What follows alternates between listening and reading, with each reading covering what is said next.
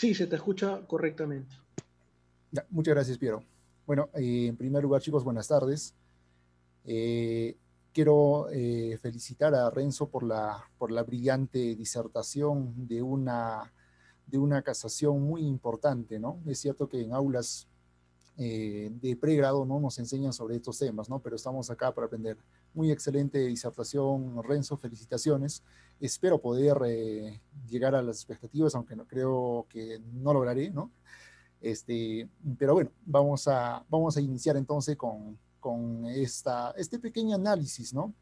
En sí, esta sentencia del Tribunal Constitucional, pues, ha marcado en algunos aspectos con relación principalmente al plazo razonable, ¿no?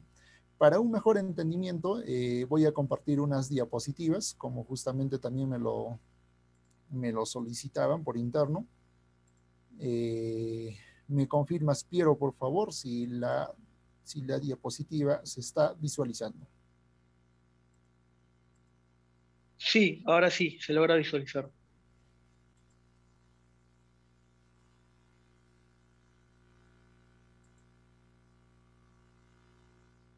De acuerdo, muy bien.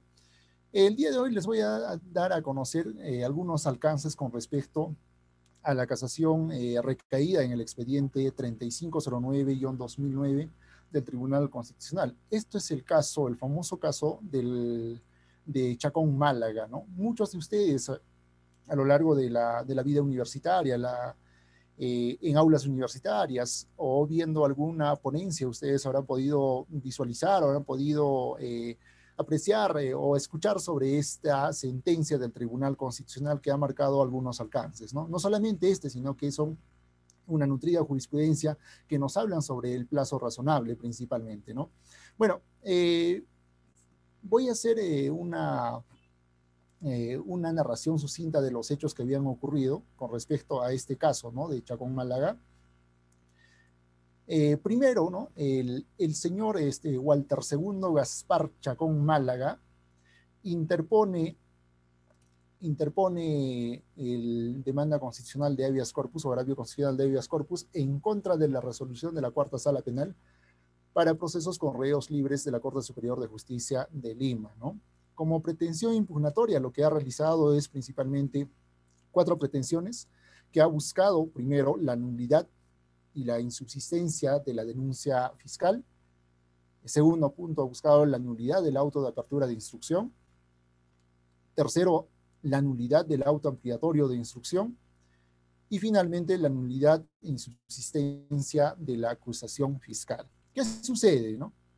Sucede que el 28 de noviembre del año 2000, el señor Chacón Málaga es o se le apertura investigación fiscal, en la cual se le imputa principalmente dos delitos: el delito de cohecho propio y el delito de encubrimiento real. Posteriormente, después de que se haya realizado el inicio de la investigación fiscal, esta denuncia se formaliza, iniciándose así la apertura de la etapa de instrucción.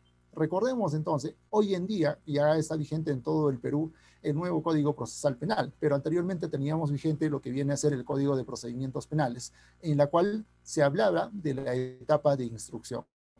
Entonces, se formaliza la denuncia, iniciándose así la etapa de instrucción el 19 de enero del año 2001. Por los mismos delitos, ¿no? Por el delito de cohecho propio y el delito de encubrimiento real. Pero la Fiscalía justamente acá amplía esta denuncia en la que alega, ¿no?, que se han encontrado nuevos elementos de convicción que hagan prever la presunta comisión del delito de enriquecimiento ilícito. Esto, entonces, ha marcado un proceso muy largo de una investigación fiscal, a su vez de un proceso penal mismo, en la que esto tiene su inicio en el año 2000. El señor Chacón Málaga, en el 13 de noviembre del año 2008, interpone entonces su denuncia constitucional, o perdón, demanda constitucional, alegando estos fundamentos. Primero, que el señor Chacón Málaga, ¿no?, alega el señor Chacón Málaga mismo, que no se le ha respetado previamente el antejuicio político. por el hecho de que este era ministro de Estado de los hechos que se le estaba imputando. Recordemos que el señor Chacón Málaga había sido ministro de Interior en el gobierno de Alberto Fujimori, por la cual pues se desempeñó en ese cargo, ¿no? Chacón Málaga refiere de que antes que se me aperture investigación, antes que se me inicie el proceso penal, debía aperturarse hacia él el antejuicio político. Esta figura o esta institución constitucional que pues gozan los altos funcionarios, que más adelante les voy a dar grandes alcances sobre esta prerrogativa constitucional. Entonces, Chacón Málaga indicaba que a él no se le había respetado esto. Primero debía seguirse un antejuicio político para después facultar al Ministerio Público para poder iniciar esta etapa de instrucción, al cual no se le había respetado. Segundo punto, Chacón Málaga hace referencia también que se le había vulnerado el principio de legalidad, en vista que en su investigación principalmente sobre el delito de enriquecimiento ilícito, se estaba aplicando una retroactividad de la ley penal, ¿no? Recordemos entonces que la Constitución Política prohíbe la retroactividad de la ley penal, salvo en el caso que ésta sea favorable para el reo, ¿no? Pero en este caso, Chacón Málaga alega que era perjudicial para su proceso. Entonces, es en ese sentido que se le estaba vulnerando el principio de legalidad. Y el otro punto que se le estaba vulnerando, alega Chacón Málaga, que se le estaba vulnerando el derecho al plazo razonable. ¿En qué sentido se le vulneraba el plazo razonable? En vista que la investigación, el proceso mismo que había iniciado con el delito de enriquecimiento ilícito, había iniciado el año 2021. Y hasta el 2008 ya eran casi de 7 años de proceso sin que exista una resolución de primera instancia, ¿no? El cual eminentemente pues vulneraba el derecho al plazo razonable. Muy bien, esos eran entonces los agravios que había señalado el señor Chacón Málaga. ¿Cuáles fueron los fundamentos de los demandados? En este aspecto, los fundamentos de los demandados principalmente era, al primer punto referido por Chacón Málaga, que refieren que el antejuicio político no le alcanzaba al señor Chacón Málaga, porque en vista que el antejuicio político solamente este juicio o este antejuicio cubre a aquellos funcionarios públicos que hayan cometido delitos dentro del ejercicio de sus funciones. En este caso, el señor Chacón Málaga no había cometido el delito de enriquecimiento ilícito dentro de sus funciones, sino que habían sido dentro de su vida privada. Por lo tanto, esto debía ser desestimado. Posteriormente tenemos el segundo punto, que nos dice que se le había vulnerado el principio de legalidad al aplicar una ley retroactivamente. Entonces, los demandados alegaron que si bien existe una aplicación retroactiva, pues el artículo 401 del Código Penal pues había modificado, había sufrido una cierta modificación, pero la retroactividad no importaba, porque esencialmente no se cambiaba sustancialmente los elementos constitutivos del tipo. Solamente había una explicación de la conducta descrita, por lo cual también este punto debía ser desestimado, ¿no? Y al tercer fundamento, los demandados alegaron que a la alegación de Chacón Málaga de la vulneración al plazo razonable, los demandados refieren, si bien existe una excesiva prolongación del proceso penal, pero esta está debidamente fundamentada, debidamente justificada, en vista que en el caso que se le había aperturado instrucción al señor Chacón Málaga, se había llegado a contabilizar hasta 35 imputados, ¿no? Entonces, por lo tanto, era un caso complejo y por lo tanto, pues, o consecuentemente, esto sí ameritaba de poder tomarse la investigación o el mismo proceso, el proceso penal, en un tiempo prolongado. Y finalmente, lo que viene a ser los fundamentos del Tribunal Constitucional.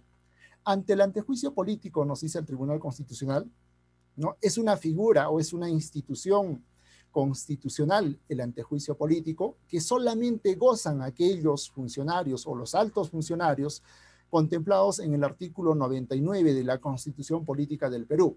¿Qué cosa es un antejuicio político? Es aquella prerrogativa o es aquella facultad que se les da solamente a los altos funcionarios del Estado, ¿no? Dentro de los cuales están pues los ministros de Estado. Esta prerrogativa te dice que tú no puedes iniciar investigación o no puedes iniciar el proceso mismo sin la previa autorización del Congreso. Entonces, para poder iniciar todo un proceso penal, aperturar investigación hacia una persona, en este caso que fue la etapa de instrucción, de poder aperturar para una persona, lo primero que debía pasarse es que la denuncia sea dirigida al Congreso de la República. Y el Congreso de la República, al estimar que sí existe delito, pues emitirá su resolución acusatoria. Eso es el paso que debía seguirse y posteriormente enviar esto a la Fiscalía. Lo que decía el señor Chacón Málaga es que esto no había sucedido. Entonces, el Tribunal Constitucional, al hacer un análisis sobre este punto, nos dice que la prerrogativa constitucional del antejuicio político solamente va a ser aplicable, ¿no?, a aquellos altos funcionarios públicos que dentro de su función pública, dentro del ejercicio de sus funciones, cometan delitos. Solamente alcanza el antejuicio político, entonces, a aquellos delitos que han sido cometidos dentro del ejercicio de sus funciones. Lo que en el caso del señor Chacón Málaga, este delito había sido cometido dentro de su vida privada, ¿no? Dentro de sus actividades de su vida privada. Entonces, por ese lado, el Tribunal Constitucional entonces también desestima este pedido del señor Chacón Málaga. Posterior a esto, tenemos el siguiente pronunciamiento, ¿no? El señor Chacón Málaga refería, ¿no?, que el artículo 401 del Código Penal había sido modificado con fecha posterior a la etapa donde a él se le había aperturado instrucción en el proceso penal.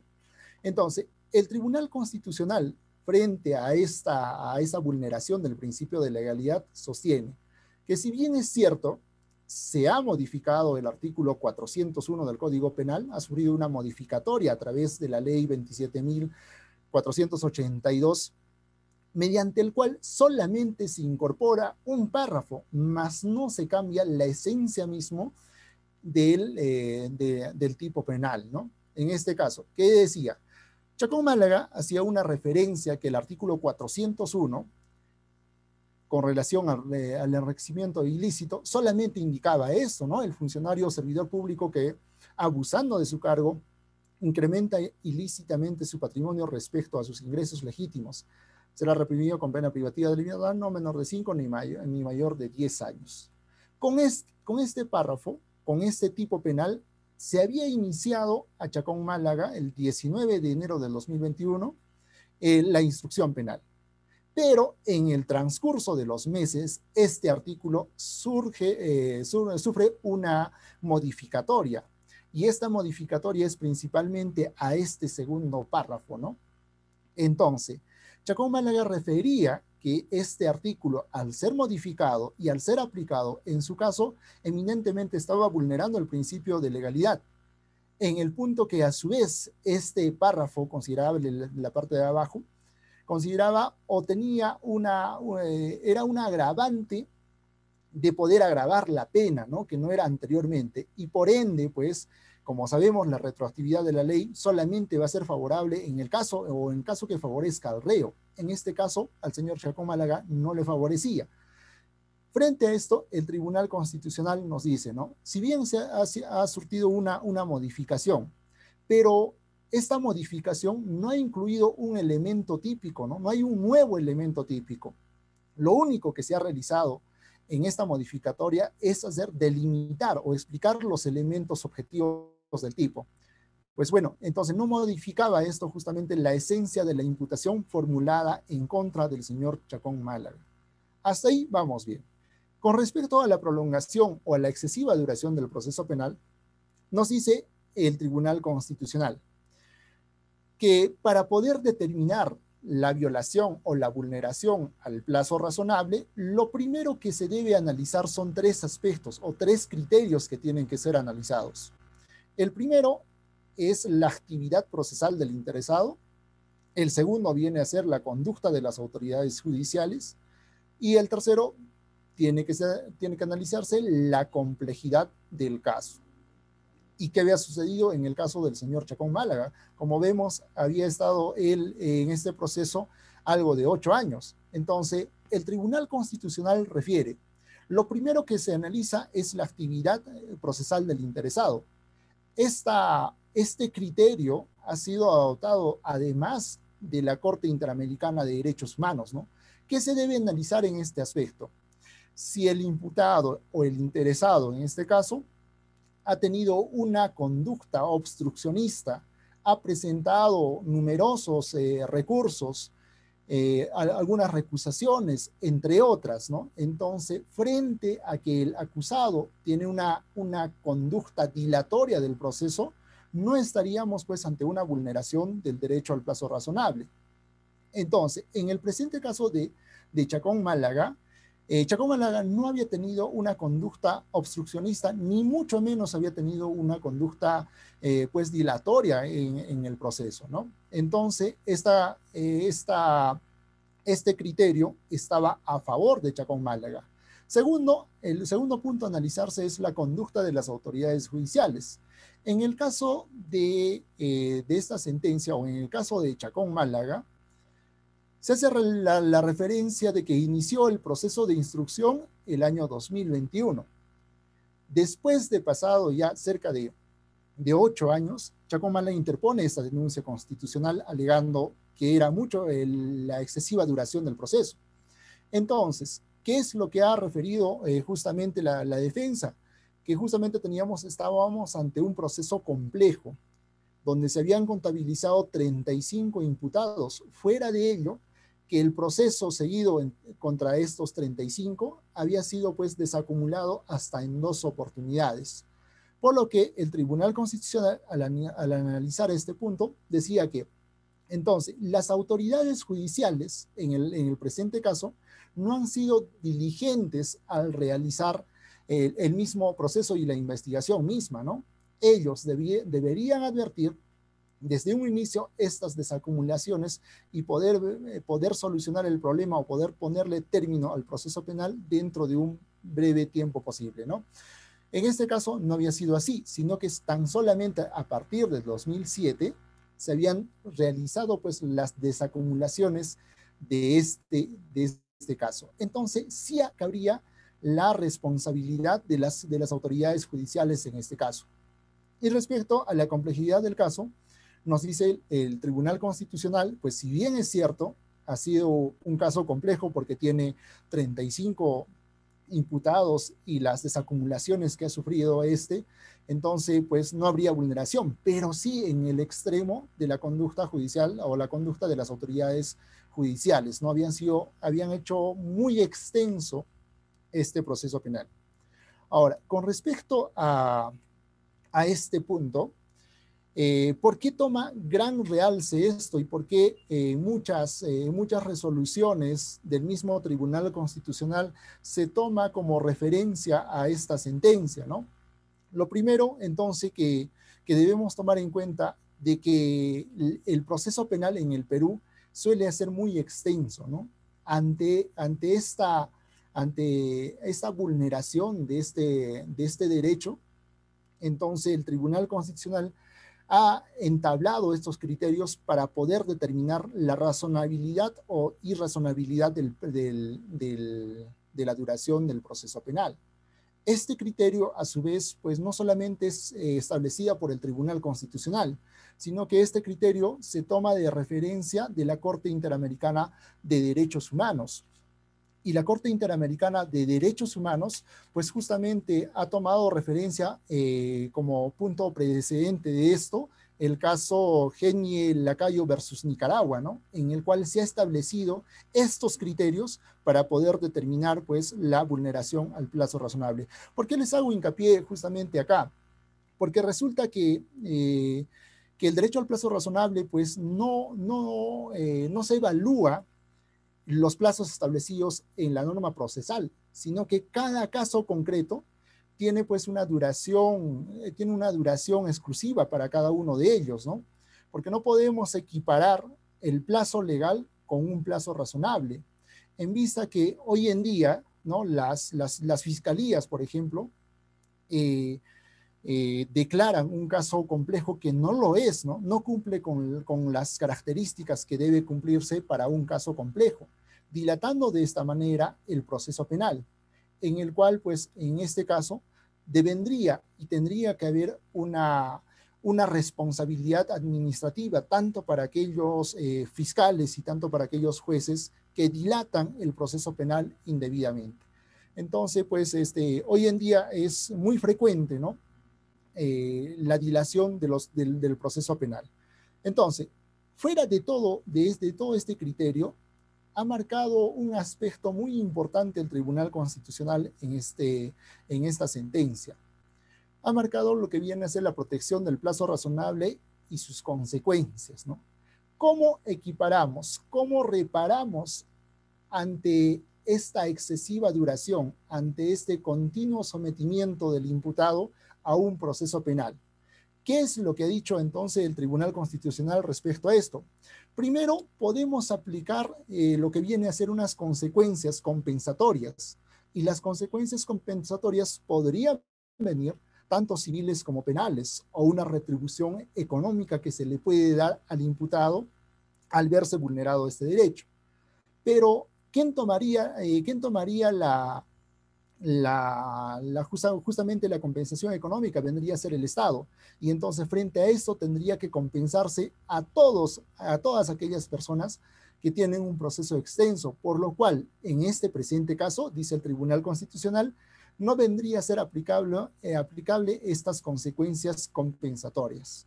La segunda consecuencia nos dice que podría ser sancionatorias. Estas consecuencias vienen a ser estrictamente de carácter administrativo y disciplinario, hasta incluso podría llegar a sanciones penales, ¿no? Reprimir la conducta de la autoridad judicial que ha hecho que este proceso pues se extienda en demasía. Es una de ellas. Pero sin embargo, tampoco sería aplicable a este caso, porque simplemente viéndonos en un proceso administrativo disciplinario, solamente vendría a llegar pues amonestaciones, llamadas de atención de las autoridades judiciales, por lo que ha desestimado también estas consecuencias, ¿no?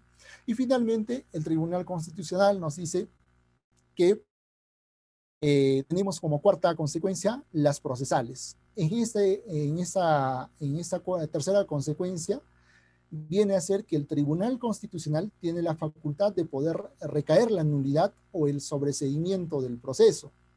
¿Y qué es lo que ha pasado en el caso de Chacón Málaga? El Tribunal Constitucional, al analizar este caso y ver que ha tenido una excesiva duración, para poder compensar todo ese tiempo de duración que ha sufrido el señor Chacón Málaga, al estar sometido en este proceso, ha optado por poder excluir al señor Chacón Málaga del proceso penal que se le seguía en su contra. Muchas críticas ha recibido esta sentencia, que es el único caso en el cual se resuelve en este sentido de poder excluir a una persona, pese a que no es facultad, no es competencia del Tribunal Constitucional, pues poder excluir o ponerle fin del proceso penal hacia una persona, sino le corresponde a la justicia ordinaria, ¿no? Y por eso que ha recibido muchas críticas esta sentencia del Tribunal Constitucional. Bueno, además el Tribunal Constitucional se ha apartado, ha realizado un pronunciamiento que no viene a ser competente a la pretensión impugnatoria, la pretensión que ha realizado el señor Chacón Málaga. Bueno, esto es lo que quería compartir con ustedes. Espero que haya sido de algo de aporte académico con respecto a la determinación del plazo razonable. Si hay preguntas, también estoy gustoso de verlos.